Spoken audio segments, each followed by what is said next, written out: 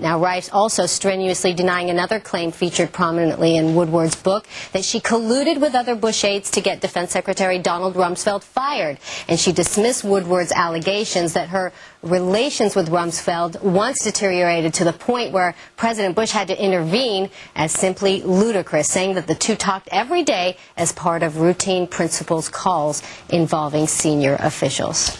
All right, Rudy, thank you very much. Is there anything more to the timing of this new book? With me now, Ann Coulter, the author of Godless, The Church of Liberalism. Ann, do you see a political motive in the timing of this book? I see more of a personal motive. Bob Woodward, his last two books described Bush as, a powerful, strong leader, and his little buddies at the Washington Post didn't like that. So now it ought to be called State of Grace. He's now returned to the fold. And by the way, Bob Woodward is the man who claimed to get the deathbed interview with William Casey, the former head of the CIA. Remember that? Right. He was literally 6 hours out of brain surgery. He has a CIA agent standing guard at the hospital room. His wife, Casey, did. Casey's wife was with him for the 3 months before, after the surgery. Everyone involved at Casey's bedside denies that a Washington Post reporter got in for this urgent 3-minute interview in which Casey admitted he knew all about Iran-Contra. So that's the sort of reporting. It's more I do not trust Woodward generally, but he's now in the good graces of the liberals. You think it's more than coincidence that in the previous two Woodward books about Bush, the polling at that time supported Bush, supported the war, and now it doesn't? Yes, he could be, hearing that it's going to rain and run over and putting an umbrella up. But I think it's more, I think it's all in my book Slander. This is how you get in good favor with the left. He's a fabulous reporter as long as he's attacking Republicans. Then they believe that he got this deathbed confession. Well, is there some logic to this book? I mean, certainly, you're in X number of years in this war. Even Republicans would say, well, it isn't going the way we anticipated. We don't like it going this way. Not you, but others are. And that Woodward just came around and said, well, I thought Bush was right when he started it, but I think it's gotten screwed up along the way. That could be. I mean, there are enough Republicans saying that, but we're not getting on the substance of it. I think it's silly. It's just we're picking off the weakest members of those who supported the war. A war is a war, and to act shocked that the enemy is shooting back, this was an important war. It's having a miraculous transformation of the Middle East. It has certainly largely contributed in a big way to there being no terrorist attacks in America here, but we just keep getting the same carping, over and over again, the same complaints we heard from even before we went into Iraq, and finally the weakest conservatives start to collapse. So there's been a lot of accusations directed Bush's way because he received that August presidential daily brief.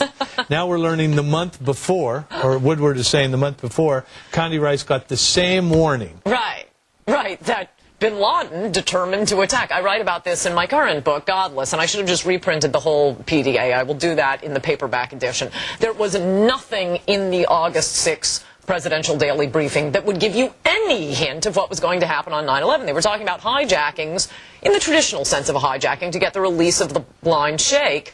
Not even a hijacking in this country, but that means you have to keep the passengers alive. If you're getting an exchange, it was supposed to be a federal building. The World Trade Center isn't a federal building. It was supposed to be Islamic cells in New York. I mean, these were the only facts that bore any relation to anything in the future. Most of it was about post-attacks. It's absolute nonsense. It is like saying, I got a great tip for you. If you want to win a lot of money, bet on a horse in the next year. Well, that doesn't help. You got to tell me which horse and which race and how much is he going to win by. That doesn't help to say Bin Laden determined to attack. This is a complete fraud. Ann Coulter, Ann, thank you very much. Of course, don't forget her book, Godless. And tonight on Fox, former White House Chief of Staff Andy Card responds to the Woodward book on the O'Reilly factor at 8 p.m. Eastern. I was dismayed and shocked to learn about Congressman Foley's unacceptable behavior. I was disgusted by the revelations and disappointed. With me now is Fox News political analyst Bill Kristol, who is the editor of the Weekly Standard. He actually spoke to Dennis Hassert just a short time ago. Bill, what does Dennis Hassert say about this call for him to step down?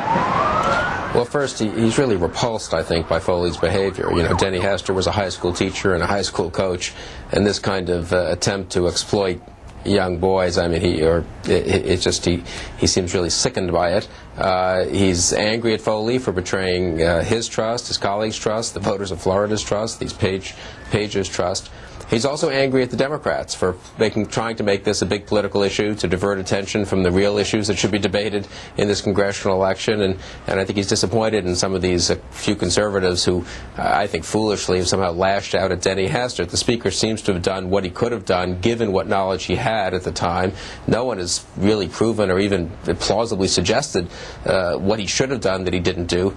And I think he says he's going to, he's not resigning, and he's going to try to get the debate back to the issues. Bill, should he have known more?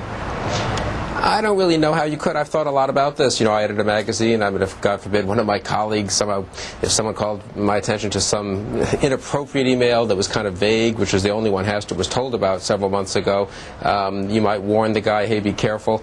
I don't know that you can, I mean, of course, Foley doesn't work for Hassert, so you couldn't fire him. I don't really know what he could have done. And then suddenly these instant messages show up, and it's a whole different story. And they told Foley, quit or be expelled from the House, and he quit right away. Look, he quit from the House. Jerry Studs, who had sexual relations with an underage Page, was permitted to remain in the House of Representatives, remained a member of the Democratic caucus, was reelected 6 times from his district in Massachusetts. The idea that Hassert, and no one called for Tip O'Neill to resign that I know of in 1983-84 when he was Speaker of the House, and Jerry Studs committed this terrible behavior. So I think it's a little ridiculous, the attack on Hassert, and I think Hassert wants to fight back, and I think a lot of Republicans now are going to say, look, this was terrible, it's totally unacceptable, Foley is a repulsive creep, but let's not tar the whole Republican Party because one Republican congressman behaved badly. I mean, that really is a kind of McCarthyism. But Bill, you know, aside from what Hassert didn't know about Foley and the whole issue of protecting children, there's the exposure that Republicans now have from this scandal.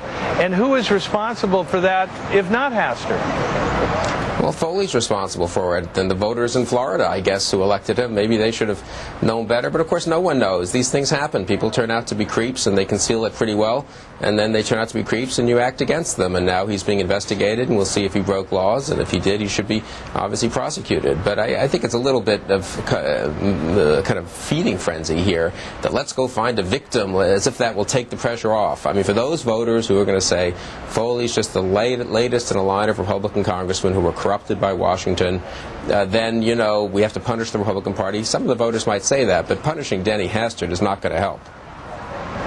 Bill Kristol. Bill, thank you very much. My pleasure. And coming up, Secretary of State Condoleezza Rice says she wasn't briefed by the CIA.